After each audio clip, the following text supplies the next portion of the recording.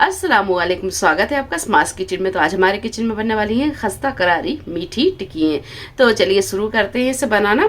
इसे बनाने के लिए हमने यहाँ पर 2 कप के करीब मैदा ली है। आप चाहें तो 1 कप गेहूं का आटा और 1 कप मैदा भी ले सकते हैं।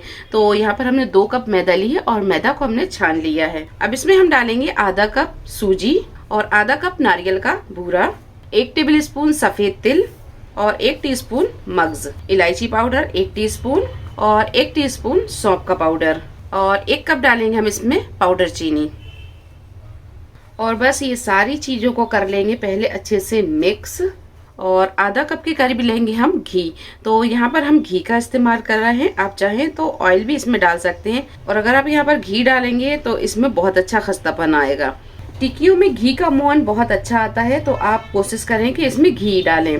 आप ऑयल भी डाल सकते हैं लेकिन घी का मोहन बहुत अच्छा लगता है। तो बस इस तरह हाथ से हम इसे अच्छे से मिक्स करते जाएंगे। तो ये देखिए मोहन को हमने अच्छे से लगा लिया है और आप यहाँ देख सकते हैं इसका लड्डू बनने लगा, तो समझिए कि मोहन अच्छे से लग गया है। अब इसमें हम डालेंगे पानी। तो बस इसमें हम थोड़ा थोड़ा पानी डालेंगे और इसका डो तैयार कर लेंगे। तो बस थोड़ा थोड़ा पानी डालते जाएंगे और इसका डो तैयार कर लेंगे।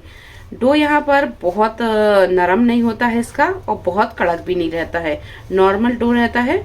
तो बस हम थोड़ा सा पानी डालेंगे और पानी भी इसमें बहुत ज्यादा नहीं लगता है, पानी भी बहुत कम लगता है। तो ये डो हमने तैयार कर लिया है और इसे हमने इस तरह मसलते हुए गूंदा है ताकि ये अच्छे से चिकना हो जाए। तो बस ये डो तैयार है। अब इसे हम ढक कर रख देंगे आधा घंटे के लिए। और इसे गूंदने में बहुत ज़्यादा पानी भी नहीं लगा है, आधा गिलास से थोड़ा सा कम पानी लगा है। और आप यहाँ डो को देख सकते हैं बहुत ज़्यादा नरम या बहुत कड़क नहीं है, ये देखिए। चलिए तो इसे हम ढक कर रख देंगे आधा घंटे के लिए। तो आटे को रखे हुए आधा घंटा हो गया है। अब हम आटे को एक बार एक सा कर लेंगे। तो ये आटा अच्छी तरह एक सा हो गया है। अब इसकी हम बड़ी बड़ी सी लोइयां बना लेंगे। तो ये आटे की अब हम बड़ी बड़ी सी लोई बनाकर तैयार कर लेंगे। तो ये डो को हमने 4 पीस में कर लिया है, ये देखिए। अब इसकी हम लोइयां बना लेंगे। चलिए तो अब इसे हम बेल लेंगे। तो अब इसे हम हल्के हाथों से बेल लेंगे और इसमें हम सूखा आटा नहीं लगाएंगे, बस इस तरह उठाएंगे और इसे घुमाते जाएंगे और इसे हम बहुत हल्के हाथों से बेलेंगे। तो इसे हमने बेल लिया है और इसे हमने बहुत मोटा या बहुत पतला नहीं रखा, मीडियम ही रखा है। अब इसके ऊपर हम हल्के से इस तरह निशान लगा लेंगे ताकि जब हम इसे फ्राई करें तो ये अंदर से भी अच्छे से फ्राई हो जाए। बहुत ज्यादा निशान नहीं लगाएंगे, बस थोड़े से ही निशान लगाएंगे। अब हम इसे काट लेंगे। तो हमने यहाँ पर एक छोटा सा गिलास ले लिया है, आप चाहें तो कटोरी से या फिर इस तरह गिलास से या फिर आपके पास में अगर कटर हो तो उससे भी आप इसे काट सकते हैं।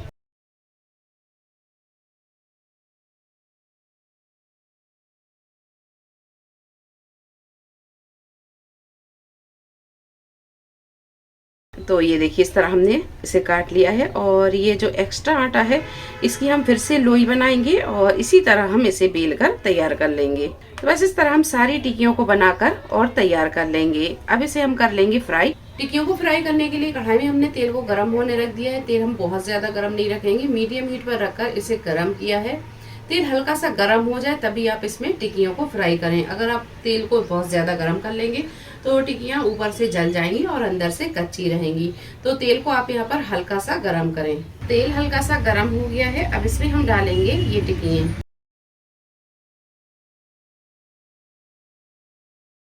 ऐसे टिक्कियां डालने के बाद में आप डायरेक्ट चम्मच बिल्कुल ना चलाएं। टिक्कियां जब इस तरह तेल में तैरने लगे तभी आप इसे पलटें। तो अभी हमने इसमें चम्मच बिल्कुल नहीं चलाया है और आप देख सकते हैं ये सारी टिक्कियां जो है वो तेल में तैरने लगी हैं। अब इसे हम पलटेंगे। तो बस टिक्कियों पर जब अच्छा सा कलर आ जाए, ये देखिए कलर बहुत अच्छा आ गया है और इन्हें हमने अलटते पलटते हुए फ्राई किया है और ये अच्छे से फ्राई भी हो गई हैं। अब इन्हें हम निकाल लेंगे।